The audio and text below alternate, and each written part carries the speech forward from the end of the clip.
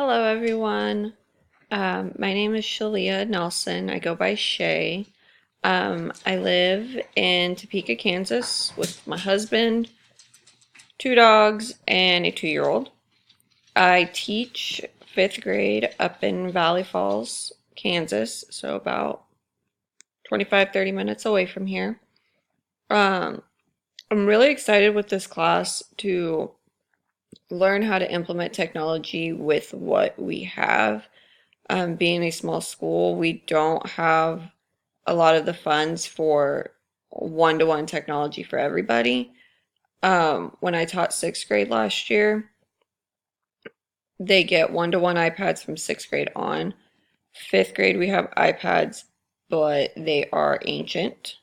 So it's been a struggle for me this year because I do like to use technology, whether that's Kahoot or Google, and I'm slowly finding out that it's very hard to do on iPads that will no longer update. So just trying to figure out how to implement the technology and use it with what I have that will help my kids and benefit my kids. Um, but yeah, so I guess my weakness would be trying to implement it with the older technology because I've been used to having newer technology or one-to-one technology in the previous schools I was at.